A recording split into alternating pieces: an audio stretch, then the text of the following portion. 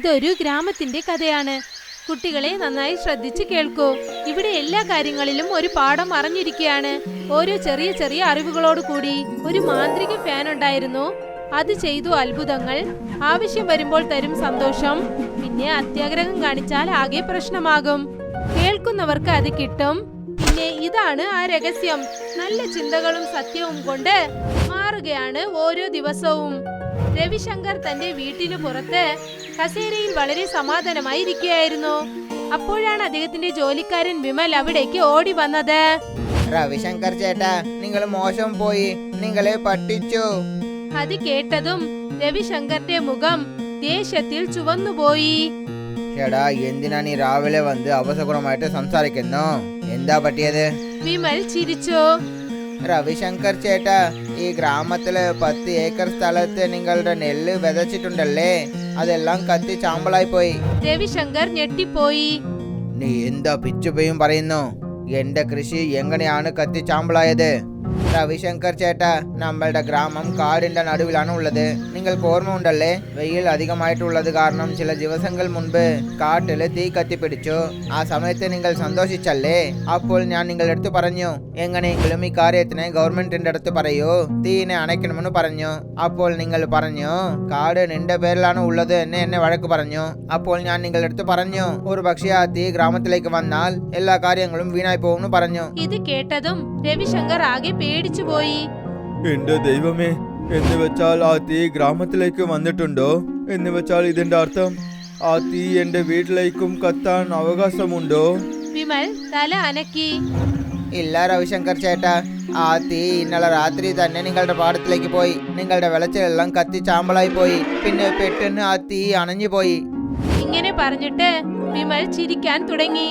എന്റെ കൃഷി നശിച്ചു പോയതിനെ കണ്ട് നീ സന്തോഷമായിട്ടുണ്ടോ? നിന്റെ മനസ്സിൽ കരുതിയത് നടന്നൊന്ന് സന്തോഷിക്കുന്നോ? രവിശങ്കർ വിമലിന്റെ ചെവിട്ടത്ത് ആഞ്ഞ് ഒരടി അടിച്ചു. പിന്നെ ദേഷ്യത്തോടെ തന്റെ വീട്ടിനകത്തേക്ക് ചെന്നു.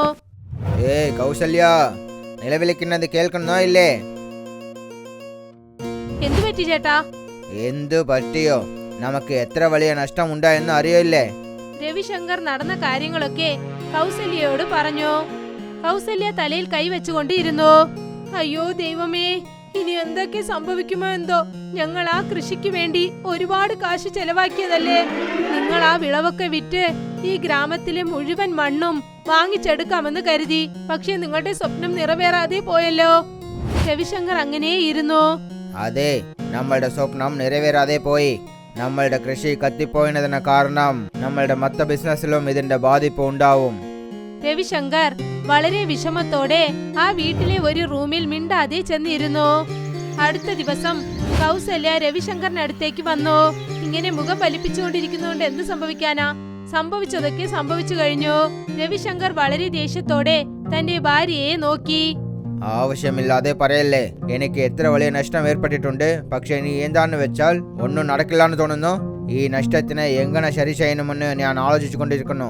കൗസല്യ ആഴ്ന്നു ചിന്തിക്കാൻ തുടങ്ങി. ഒരേ ഒരു വഴിയാണുള്ളത്. നമ്മുടെ വീട്ടിൽ നിങ്ങളുടെ മുൻഗാമികളുടെ പഴയ സാധനങ്ങളൊക്കെ ഒരുപാടുണ്ട്. നമ്മൾ ആ പഴയ സാധനങ്ങളൊക്കെ ഒന്നിച്ചെടുത്ത് മാർക്കറ്റിൽ കൊണ്ടുപോയി വിൽക്കുകയാണെങ്കിൽ നമുക്ക് ലക്ഷക്കണക്കിന് കാശ് കിട്ടും. നിങ്ങളുടെ നഷ്ടം നമുക്ക് പരിഹരിക്കാം. രവിശങ്കർ ചിരിച്ചു. കൊള്ളാമല്ലോ, നിന്റെ ബുദ്ധി ഇപ്പോൾ തന്നെ യോജിക്കാൻ തുടങ്ങിയിട്ടുണ്ട്. ശരി, നല്ല കാര്യം ചെയ്യാൻ സമയം കളയല്ലേ.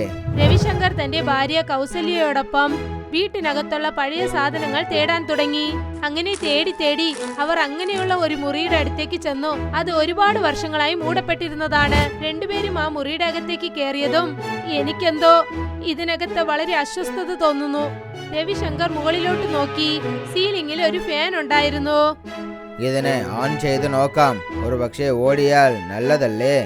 രവിശങ്കർ ആ ഫാൻ ഇട്ടു. എന്നിട്ട് ചെയറിൽ ഇരുന്നു. പാടം കത്തിയതിന് കാരണം എനിക്ക് ഒരു 10 ലക്ഷം ലോസ് ആയിട്ടുണ്ട്. ആ നഷ്ടമില്ലെങ്കിൽ നന്നായിരുന്നേനെ. മാത്രമല്ലാതെ ആ പൈസനെ എന്നെ കൊണ്ട് റെഡി ചെയ്യാൻ പറ്റിയാൽ നന്നായിരുന്നേനെ. രവിശങ്കർ ഇങ്ങനെ പറയുകയായിരുന്നു. പെട്ടെന്ന് ഓടിക്കൊണ്ടിരിക്കുന്ന ഫാനിൽ നിന്നും കാശ് വന്നു. കൗസല്യ ഞെട്ടിപ്പോയി. അയ്യോ ദൈവമേ, ഈ ഫാൻ ഒരു മാന്ത്രിക ഫാനാണല്ലോ. അതേ കൗസല്യ, ഞാനും എന്റെ കണ്ണുകൊണ്ട് കണ്ടുകൊണ്ടിരിക്കുന്നു. എന്റെ കൊട്ടാരത്തിന്റെ അകത്ത് ഇങ്ങനെ ഒരു മാന്ത്രിക ഫാൻ ഉണ്ടെന്ന കാര്യം എനിക്ക് അറിയില്ലല്ലേ. കുറച്ചു സമയത്തിനകം നോട്ട് വീഴുന്നത് നിന്നുപോയി. രവിശങ്കറും കൗസല്യയും ചേർന്ന് പണമൊക്കെ എണ്ണി നോക്കാൻ തുടങ്ങി. ഇതിൽ മൊത്തമായി 10 ലക്ഷം രൂപയുണ്ട്. എന്ന് വെച്ചാൽ ഇതിന്റെ അർത്ഥം ഈ ഫാന് ആഗ്രഹങ്ങൾ നിറവേറ്റുന്ന ഫാനാണ്. ഞാൻ ആ ചെയറിൽ ഇരുന്നപ്പോൾ എനിക്ക് 10 ലക്ഷം വേണമെന്നല്ലേ ചോദിച്ചത്. കണ്ടില്ലേ, ശരിയായിട്ട് 10 ലക്ഷം കിട്ടിയിട്ടുണ്ട്. രവിശങ്കർ വളരെ സന്തോഷത്തോടെ തന്റെ ഭാര്യ കൗസല്യയോടൊപ്പം അവിടെ നിന്നും പുറത്തേക്ക് വന്നു. അതിനുശേഷം എപ്പോഴൊക്കെ അദ്ദേഹത്തിന് കച്ചവടത്തിൽ നഷ്ടമുണ്ടാകുന്നുവോ അദ്ദേഹം അതേ ഫാനുള്ള മുറിയിലേക്ക് ചെല്ലും, ഫാൻ ഇടും. എന്നിട്ട് എത്ര പണം നഷ്ടമായോ ആ കാശ് അദ്ദേഹം ചോദിക്കും. ഓരോ പ്രാവശ്യവും ഫാനിൽ നിന്നും കാശ് വരാൻ തുടങ്ങി. കാലങ്ങൾ ഇങ്ങനെ കടന്നുപോയി. ഒരു ദിവസം കൗസല്യ രവിശങ്കറിനോട് എന്തു പറഞ്ഞെന്നാൽ, എപ്പോഴും നിങ്ങൾക്ക് എത്രത്തോളം കാശ് ആവശ്യമുണ്ടോ അത് മാത്രമാണ് നിങ്ങൾ ചോദിക്കുന്നത്. അല്ല, അതിനോട് ഒരുപാട് കാശ് ചോദിക്കോ, നമ്മൾ വലിയ പണക്കാരായി മാറാം. രവിശങ്കർ ചെറുതായി ചിന്തിക്കാൻ തുടങ്ങി. നീയും വളരെ ശരിயான കാര്യമാണ് പറഞ്ഞിരിക്കുന്നത്. ശരി, വാ, നമ്മൾ ചെന്ന് ആ ഫാനിന്റെ അടുത്ത് ഒറ്റ സമയത്തിൽ 10 കോടി വേണമെന്ന് ചോദിക്കാം. ഇങ്ങനെ പറഞ്ഞിട്ട് രവിശങ്കർ തന്റെ ഭാര്യ കൗസല്യയോടൊപ്പം ഫാനുള്ള ആ മുറിയിലേക്ക് പോകാൻ തുടങ്ങി. രവിശങ്കർ ആ മുറിയുടെ അകത്തേക്ക് ചെന്നതും തന്നെ ഫാൻ ഓൺ ചെയ്തു. ഞങ്ങൾക്ക് പൂർത്തിയായിട്ട് 10 കോടി താ. ഫാൻ ഓടിക്കൊണ്ടേയിരുന്നു. പക്ഷെ അതിൽ നിന്നും 1 രൂപ പോലും താഴേക്ക് വീണില്ല. ഇത് കണ്ടിട്ട് കൗസല്യ ഞെട്ടിപ്പോയി. നിങ്ങൾ പറഞ്ഞതിൽ എന്തോ തെറ്റ് സംഭവിച്ചെന്ന് എനിക്ക് തോന്നുന്നു. ഒരുപക്ഷെ ഇങ്ങനെയായിരിക്കുമോ? നിങ്ങൾ ഒരുപാട് കാശ് ചോദിച്ചോ? രവിശങ്കറിന് ആകെ കുഴപ്പമായി. ശരി, ഇരിക്ക്. ആദ്യം നമ്മൾ 1 കോടി രൂപ ചോദിക്കാം. എനിക്ക് 1 കോടി രൂപ താ. ഫാൻ ഓടിക്കൊണ്ടേയിരുന്നു. പിന്നെ ഇത്തവണയും ഒന്നും തന്നെ വന്നില്ല. ഇപ്പോൾ രവിശങ്കർ ഓടിക്കൊണ്ടിരിക്കുന്ന ഫാനിന് മുൻപിലായി വേറെ കാര്യങ്ങൾ ചോദിക്കാൻ തുടങ്ങി. പക്ഷെ ഫാനിൽ നിന്നും ഇപ്പോൾ ഒന്നും തന്നെ വന്നില്ല. ദേഷ്യത്തോടെ രവിശങ്കർ തന്റെ ഭാര്യ കൗസല്യയോടൊപ്പം മുറിയിൽ നിന്നും പുറത്തേക്ക് വന്നു. പുറത്തു വന്നതും തന്നെ രവിശങ്കർ അർജുനെ ശ്രദ്ധിക്കാൻ തുടങ്ങി. അദ്ദേഹം ഞെട്ടിപ്പോയി. അർജുൻ രവിശങ്കറിന്റെ ജോലിക്കാരനാണ്. അദ്ദേഹം ബലഹീനനും വളരെ ദരിദ്രവാസിയുമായിരുന്നു. അദ്ദേഹം ആ കൊട്ടാരം തൂത്ത് വൃത്തിയാക്കി തന്റെയും തന്റെ ഭാര്യ ഗൗരിയുടെയും വിശപ്പ് മാറ്റിക്കൊണ്ടിരുന്നു. നീ ഇങ്ങനെ എന്താണ് ചെയ്തുകൊണ്ടിരിക്കുന്നത്? ഞങ്ങളുടെ വീടിന്റെ ഈ ഭാഗത്തിന് വരാൻ പാടില്ലെന്ന് ഞാൻ മുൻപ് തന്നെ പറഞ്ഞല്ലേ? ചേട്ടാ, നിങ്ങളാണ് പറഞ്ഞത് മൊത്തം വീടിനെയും വൃത്തി ചെയ്യണമെന്ന്. ഞാൻ വൃത്തി ചെയ്തുകൊണ്ടേ ഇവിടെ വരക്ക് വന്നു. രവിശങ്കർ ഒന്നും മിണ്ടാതെ തന്റെ ഭാര്യ കൗസല്യയോടൊപ്പം അവിടെ നിന്നും പുറപ്പെട്ടു പോയി. ആ ദിവസത്തിന് ശേഷം രവിശങ്കർ ആ ഫാനിനോട് എന്തു തന്നെ ചോദിച്ചാലും അത് ആ ഫാന് നൽകാറേ ഇല്ല. എന്തിനു പറയണം, ആവശ്യം വരുമ്പോൾ പോലും ആ മാന്ത്രിക ഫാൻ രവിശങ്കറിന് കാശ് നൽകുന്നത് നിർത്തിക്കളഞ്ഞു. ഒരു ദിവസം രവിശങ്കർ ദേഷ്യത്തോടെ ആ ഫാന് പിഴുതെടുത്തു. എന്നിട്ട് തറയിലേക്ക് വലിച്ചെറിഞ്ഞു. അയ്യോ, നിങ്ങൾ എന്തായി കാണിക്കുന്നത്? കാരണം ഇത് തന്റെ മാന്ത്രികത്തിനെ നിർത്തിപ്പോയി. ഇനി എനിക്ക് ഇത് ഉപയോഗപ്പെടില്ല. രവിശങ്കർ തന്റെ ഭാര്യ കൗസല്യയോടൊപ്പം മുറിയിൽ നിന്നും പുറത്തേക്ക് വന്നു. അടുത്ത ദിവസം അർജുൻ തന്റെ വീട്ടിലേക്ക് ചെന്നു. വീടിന്റെ അവസ്ഥ കണ്ട് അദ്ദേഹം ആകെ വിഷമത്തിലായി. അദ്ദേഹം നോക്കിയപ്പോൾ അദ്ദേഹത്തിന്റെ ഭാര്യ ഗൗരി ഏങ്ങി കരയുകയായിരുന്നു. ഗൗരി, എന്തു പറ്റി? നീ എന്താ കരഞ്ഞുകൊണ്ടിരിക്കുന്നു? കരയുന്നതാണ് നമ്മുടെ തലയെഴുത്തെന്ന് നമ്മുടെ തലയിൽ തന്നെ എഴുതിയിട്ടുണ്ടല്ലോ. ഇത്ര നന്നായി വെയിലടിക്കുന്നു, നമ്മുടെ വീട്ടിൽ ഒരു ഫാന് പോലും ഇല്ല. അർജുനന് സങ്കടം വന്നു. നീ ഫാന് പറ്റി ആലോചിക്കുന്നോ ഗൗരി? പക്ഷേ നമ്മളുടെ വീട്ടിൽ കറണ്ട് പോലും ഇല്ലല്ലേ?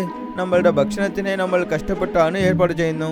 നിങ്ങൾ എന്തുകൊണ്ട് രവിശങ്കർ സാറിനോട് സംസാരിച്ചു നോക്കിക്കൂടാ? അദ്ദേഹത്തിന്റെ കയ്യിൽ ഒരുപാട് കാശുണ്ടല്ലോ. അദ്ദേഹം നിങ്ങൾക്കൊരു ഫാനെങ്കിലും വാങ്ങി തരുമല്ലോ. പകലൊക്കെ അടുത്തവരുടെ വീട്ടിൽ പാത്രം കഴുകി ഞാൻ സമയം കളയുന്നു. പക്ഷേ രാത്രി ഭയങ്കര കഷ്ടമായിരിക്കുന്നു. രാത്രിയാകുമ്പോൾ ശരീരമൊക്കെ വിയർക്കാൻ തുടങ്ങുന്നു. അർജുൻ കുറച്ചു സമയം ആഴ്ന്നു ചിന്തിക്കാൻ തുടങ്ങി. നീ വിഷമിക്കല്ലേ ഗൗരി, ഞാൻ രവിശങ്കർ ചേട്ടന്റെ അടുത്ത് നാളെ തന്നെ ഈ കാര്യത്തിനെ സംസാരിക്കാം. അടുത്ത ദിവസം അർജുൻ രവിശങ്കറിന്റെ വീട്ടിലേക്ക് ചെന്നു. രവിശങ്കർ ചേട്ടാ, ഞാൻ നിങ്ങളുടെ അടുത്ത് ഒരു മുഖ്യമായ കാര്യം സംസാരിക്കണം. രവിശങ്കർ അർജുനെ നോക്കി എന്നിട്ട് ചിരിച്ചു. നിന്റെ അടുത്ത് ഭിക്ഷക്കാരനെ എന്റെ അടുത്ത് എന്താ മുഖ്യമായ കാര്യം സംസാരിക്കണം? വേഗം പറയോ, എനിക്ക് മുഖ്യമായ ജോലികളുണ്ട്. അർജുൻ കുറച്ചു സമയം മിണ്ടാതെ നിന്നു. പിന്നെ കുറച്ച് ധൈര്യത്തോടെ പറഞ്ഞു, രവിശങ്കർ ചേട്ടാ, ഞാൻ നിങ്ങളുടെ വീട്ടിൽ കഷ്ടപ്പെട്ട് അധ്വാനിക്കുന്നു. പക്ഷേ ഞാൻ ഇതുവരെ നിങ്ങളുടെ അടുത്ത് പൈസ ചോദിച്ചിട്ടില്ല. പൈസ ചോദിക്കാൻ നിനക്ക് അർഹതയില്ല. നിന്നെ എൻ്റെ വീട്ടിൽ ജോലിക്ക് വെച്ചല്ലേ, അത് തന്നെ വലിയ കാര്യം. നിനക്ക് അസുഖം പിടിച്ചു, നിന്നെ കൊണ്ട് കഷ്ടപ്പെട്ട് അധ്വാനിക്കാൻ പറ്റില്ല. ഞാൻ നിനക്ക് എൻ്റെ വീട്ടിൽ ജോലി തന്നല്ലേ, അതിന് നീയാണ് എനിക്ക് നന്ദി പറയണം.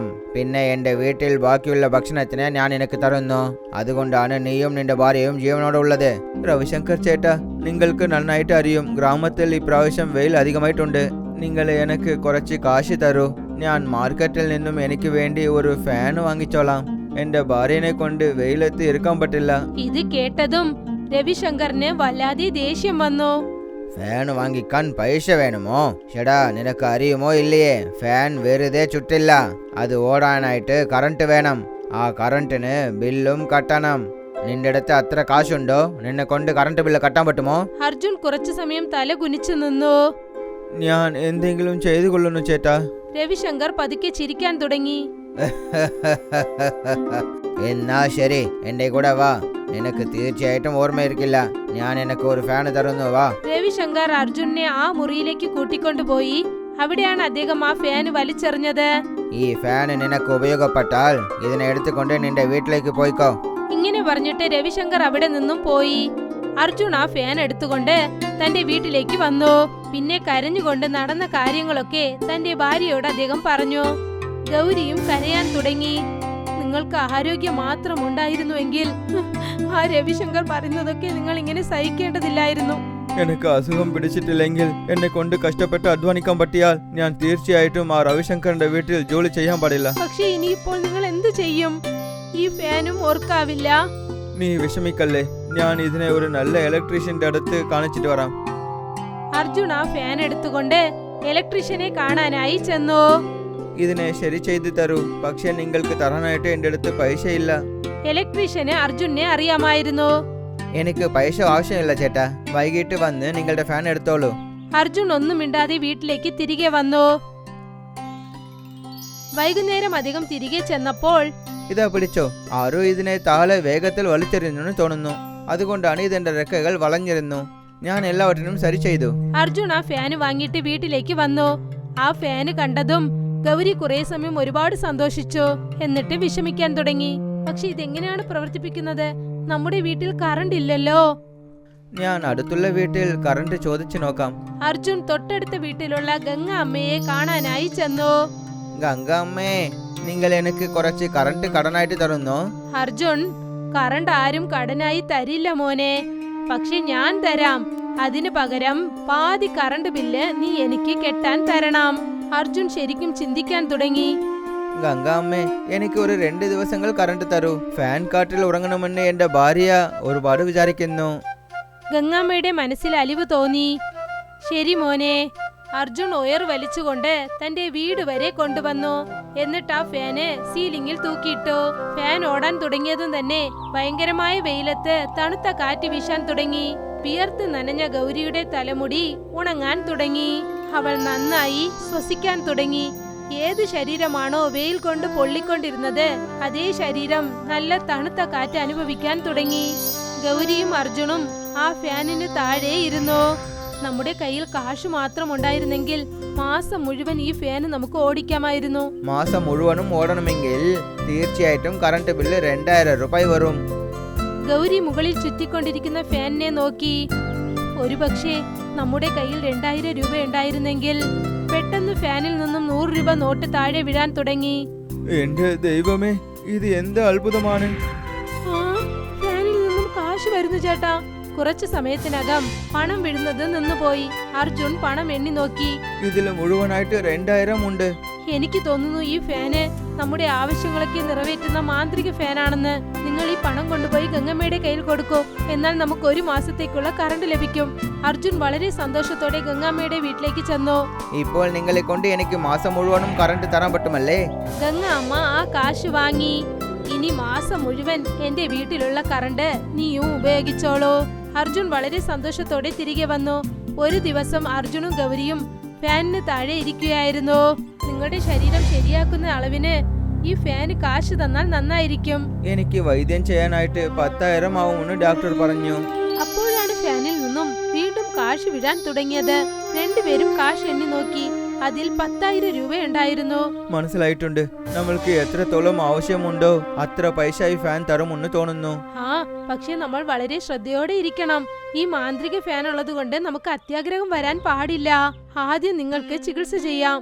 കുറച്ച് ദിവസങ്ങൾക്ക് ശേഷം അർജുൻ സിറ്റിയിലേക്ക് ചെന്നു. ഡോക്ടറെ കൊണ്ട് ചികിത്സിപ്പിച്ചു. പിന്നെ നല്ല ആരോഗ്യത്തോടെ തിരികെ വന്നു. അർജുൻ ആരോഗ്യത്തോടെ വരുന്നത് കണ്ടിട്ട് സന്തോഷം കൊണ്ട് ഗൗരിയുടെ കണ്ണുകൾ നിറയാൻ തുടങ്ങി. അർജുൻ വീട്ടിലേക്ക് വന്ന് ആ ഫാൻ ഓട്ടിച്ചു. ഗൗരി, ഇപ്പോൾ ഞാൻ പൂർത്തിയായിട്ട് ആരോഗ്യമായിട്ടുണ്ട്. ഇപ്പോൾ എനിക്ക് കുറച്ച് പൈസ കിട്ടിയാൽ മതി. ആ പൈസയെ കൊണ്ട് ഒരു ചെറിയ ബിസിനസ് തുടങ്ങിയേക്കാം. അപ്പോഴാണ് ഞാൻ വീണ്ടും രവിശങ്കറിന്റെ വീട്ടിലേക്ക് ജോലി ചെയ്യാൻ പോയില്ല. അത് ശരി, നിങ്ങൾ എങ്ങനത്തെ ബിസിനസ് ചെയ്യാൻ ആഗ്രഹിക്കുന്നത്? ഗ്രാമത്തിൽ നിന്ന് സിറ്റിയിലേക്ക് പഴങ്ങൾ സപ്ലൈ ചെയ്യും. ഒരു 4-5 ലക്ഷം രൂപ കിട്ടിയാൽ തീർച്ചയായിട്ടും നമ്മളുടെ ബിസിനസ് തുടങ്ങിയേക്കാം. വൈദ്യം ചെയ്യാൻ പോയപ്പോൾ ബിസിനസ് എങ്ങനെ ചെയ്യണമെന്ന് ഞാൻ ഒരുപാട് കാര്യങ്ങൾ പഠിച്ചിട്ടുണ്ട്. പെട്ടെന്ന് ഫാനിൽ നിന്നും കാശ് താഴെ വീഴാൻ തുടങ്ങി. ഇത് കണ്ടിട്ട് അർജുൻ ഞെട്ടിപ്പോയി. അല്ല ഗൗരി, എന്താ ഇത്? പണം ഒരുപാട് സമയം വരെ വന്നുകൊണ്ടേയിരുന്നു. കുറച്ചു സമയത്തിന് ശേഷം പണം വരുന്നത് നിന്നതും അർജുനും ഗൗരിയും ആ പണം എണ്ണി നോക്കാൻ തുടങ്ങി. അതിൽ മൊത്തമായി 5 ലക്ഷം രൂപ ഉണ്ടായിരുന്നു. നിങ്ങളുടെ കച്ചവടത്തിന് എത്ര കാശ് ആവശ്യമുണ്ടായിരുന്നോ ഈ മാന്ത്രിക ഫാൻ അത്ര കാശ് നമുക്ക് നൽകിയിരിക്കുന്നു. അതെ ഗൗരി, ഇനി ഞാൻ അധ്വാനിച്ച് വ്യാപാരം ചെയ്യും. അതിനുശേഷം അർജുൻ തന്റെ മുഴുവൻ ശ്രദ്ധയും തന്റെ കച്ചവടത്തിൽ കാണിച്ചു. അദ്ദേഹം ഗ്രാമത്തിലെ കൃഷിക്കാരിൽ നിന്നും വളരെ കുറഞ്ഞ കാശിന് പഴങ്ങൾ വാങ്ങിക്കും. എന്നിട്ട് അത് സിറ്റിയിൽ ചെന്ന് വിൽക്കും. കുറച്ചു ദിവസം അർജുൻ രാത്രി പകൽ നോക്കാതെ അധ്വാനിക്കാൻ തുടങ്ങി. ഇപ്പോ അദ്ദേഹം രവിശങ്കറിന്റെ വീട്ടിൽ പണിക്ക് പോകുന്നത് നിർത്തി. പതുക്കെ പതുക്കെ അർജുൻ തന്റെ കച്ചവടം വളരെ മികച്ച രീതിയിലാക്കി മാറ്റി. അദ്ദേഹത്തിന്റെ ഉടഞ്ഞ വീടിരുന്ന സ്ഥാനത്ത് ഇപ്പോൾ ഒരു നല്ല വീട് ഉണ്ടായിരിക്കുന്നു. ഗ്രാമത്തിലെ ജനങ്ങൾ ഇപ്പോൾ അർജുനെ മര്യാദയോടുകൂടി നോക്കാൻ തുടങ്ങി. അർജുൻ പതിയെ പതിയെ ചുറ്റിലുമുള്ള പാവപ്പെട്ട ജനങ്ങളെ ആത്മാർത്ഥമായി സഹായിക്കാൻ തുടങ്ങി. അർജുന്റെ വളർച്ച കണ്ട് രവിശങ്കർ ആകെ ഞെട്ടിപ്പോയി. ഒരു ദിവസം അദ്ദേഹം ആഴ്ന്ന ചിന്തയിൽ വീട്ടിലിരിക്കുകയായിരുന്നു. എന്തുപറ്റി ചേട്ടാ? എന്താ ഇത്രത്തോളം നിങ്ങൾ ആഴ്ന്ന് ചിന്തിക്കുന്നത്? കൗസല്യ, അർജുന്റെ അടുത്ത് പെട്ടെന്ന് ഇത്ര പൈസ എവിടെ നിന്ന് വന്നെന്ന് എനിക്ക് മനസ്സിലായിട്ടില്ല. കൗസല്യയും ചിന്തിക്കാൻ തുടങ്ങി. എനിക്കും ഒന്ന് തോന്നുന്നുണ്ട് ചേട്ടാ. നിങ്ങൾക്ക് ഓർമ്മയുണ്ടോ അർജുൻ ഫാന് വാങ്ങണമെന്ന് പറഞ്ഞ് കാശ് ചോദിച്ചു വന്നത്? അപ്പോൾ നിങ്ങൾ അദ്ദേഹത്തിന് അതേ ഫാന് നൽകി. നമുക്ക് കാശ് തന്ന ആ ഫാന്. ആ ദിവസത്തിന് ശേഷമാണ് അർജുന്റെ അവസ്ഥ മാറാൻ തുടങ്ങിയത്. രവിശങ്കർ ഞെട്ടിപ്പോയി. നീ പറയുന്നത് നേരാണ്. പക്ഷെ ആ ഫാന് മാന്ത്രികം ചെയ്യുന്നതിനെ നിർത്തിയല്ലേ? പിന്നെ എങ്ങനെ അർജുൻ ഇത്ര വലിയ പൈസക്കാരനായത്? അല്ല, ഇങ്ങനെയും സംഭവിച്ചിരിക്കാമല്ലോ. ആ ഫാനിന്റെ മാന്ത്രികത വീണ്ടും തുടങ്ങിയാൽ അതിനെ തീർച്ചയായിട്ടും അവന്റെ വീട്ടിലേക്ക് ചെന്ന് അറിഞ്ഞേ പറ്റുള്ളൂ. കുറച്ചു സമയത്തിന് ശേഷം രവിശങ്കർ അർജുന്റെ വീട്ടിലേക്ക് ചെന്നു. യാദൃച്ഛികമായി അദ്ദേഹം അവിടേക്ക് ചെന്നപ്പോൾ അദ്ദേഹം നോക്കി. അർജുനും ഗൗരിയും ഒരു മുറിയിൽ നിൽക്കുകയായിരുന്നു. ഫാനിൽ നിന്നും സ്വർണവും വെള്ളിയുമുള്ള ആഭരണങ്ങൾ വീണുകൊണ്ടിരുന്നു. രവിശങ്കർ അത് കണ്ടിട്ട് ഞെട്ടിപ്പോയി. എന്ന് വെച്ചാൽ കൗസല്യ പറഞ്ഞ കാര്യങ്ങളെല്ലാം നേരാണ്. ആ മാന്ത്രിക ഫാൻ അതിന്റെ പണിയെ തുടങ്ങിയിട്ടുണ്ട്.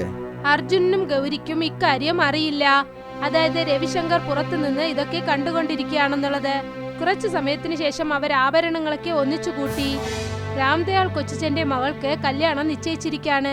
പാവം, അവർ വളരെ വിഷമത്തിലായിരുന്നു. നാളെ അവരുടെ വീട്ടിലേക്ക് ചെറുക്കന്റെ വീട്ടുകാർ വരികയാണ്. അവർ വാങ്ങി വെച്ചിരുന്ന സ്വർണങ്ങളൊക്കെ കളവ് പോയി. വരൂ, നമുക്കിത് കൊണ്ടുപോയി അവർക്ക് നൽകിയിട്ട് വരാം. അർജുൻ പുറത്തേക്ക് വന്നപ്പോൾ അവിടെ നിൽക്കുന്ന രവിശങ്കറിനെ അദ്ദേഹം കണ്ടു. മുതലാളി, നിങ്ങൾ ഇവിടെ? രവിശങ്കർ അദ്ദേഹത്തിന്റെ മുഖത്ത് ഒരു ഭാവഭേദവും കാണിച്ചില്ല. നിന്നെ കാണണമെന്ന് തോന്നി, അതുകൊണ്ടാണ് ഇവിടെ വന്നത്. പക്ഷേ നീ എവിടെ പോകുന്നുവെന്ന് തോന്നുന്നു. അതെ മുതലാളി, ഒരു മുഖ്യമായ ജോലിയുണ്ട്. ശരി ശരി, ഞാൻ വൈകിട്ട് വരുന്നു. രവിശങ്കർ ഒന്നും അറിയാത്തതുപോലെ അവിടെ നിന്നും പോയി. അർജുനും ഗൗരിയും വീട്ടിൽ നിന്നും പുറത്തേക്ക് വന്നതും രവിശങ്കർ ആർക്കും അറിയാതെ ആ വീട്ടിനകത്തേക്ക് കയറി. അദ്ദേഹം ആ മാന്ത്രിക ഫാന് ഊരി അത് നേരെ തന്റെ വീട്ടിലേക്ക് കൊണ്ടുപോയി. രവിശങ്കർ എല്ലാ കാര്യങ്ങളും കൗസല്യയോട് പറഞ്ഞു. മാന്ത്രിക ഫാനേ, നീ എനിക്കാണ് സ്വന്തം. നീ എങ്ങനെയാണോ ആ അർജുന് സ്വർണങ്ങൾ തന്നത് അതുപോലെ എനിക്ക് തന്നെ തരൂ. പക്ഷെ ആ ഫാനിൽ നിന്നും ഒന്നും തന്നെ കിട്ടിയില്ല. അടുത്ത ക്ഷണം തന്നെ കൗസല്യയുടെ കഴുത്തിൽ കിടന്ന ആഭരണങ്ങളൊക്കെ ഒരു ചെറിയ പ്രകാശത്തോടു കൂടി ഇരുമ്പായി മാറിക്കഴിഞ്ഞു. അയ്യോ ദൈവമേ, എന്റെ ആഭരണങ്ങളൊക്കെ ഇരുമ്പായി മാറിയല്ലോ. മറുവശത്ത് അർജുനും ഗൗരിയും വീട്ടിലേക്ക് വീട്ടിലേക്ക് തിരികെ വന്നപ്പോൾ അവിടെ ഫാൻ ഇല്ലായിരുന്നു. ഈ ഫാൻ എവിടെ പോയത്? തീർച്ചയായും രവിശങ്കർ ഇവിടേക്ക് വന്നു കാണും. അദ്ദേഹം ഈ ഫാനിന്റെ മാന്ത്രികത കണ്ടു കാണും. രണ്ടുപേരും രവിശങ്കറിന്റെ വീട്ടിലേക്ക് ഓടിച്ചെന്നു. അവിടെ അവർ കണ്ടു രവിശങ്കറും കൗസല്യയും ഏങ്ങി ഏങ്ങി കരയുകയായിരുന്നു. ഞാൻ ചേർത്ത് വെച്ചിരുന്ന സ്വർണങ്ങളെല്ലാം ഇപ്പോൾ മണ്ണായി പോയിട്ടുണ്ട്. അതുമാത്രമല്ലാതെ എന്റെ സഞ്ചിയിൽ ഉണ്ടായിരുന്ന സ്വർണങ്ങളെല്ലാം മണ്ണായി മാറിയിട്ടുണ്ട്.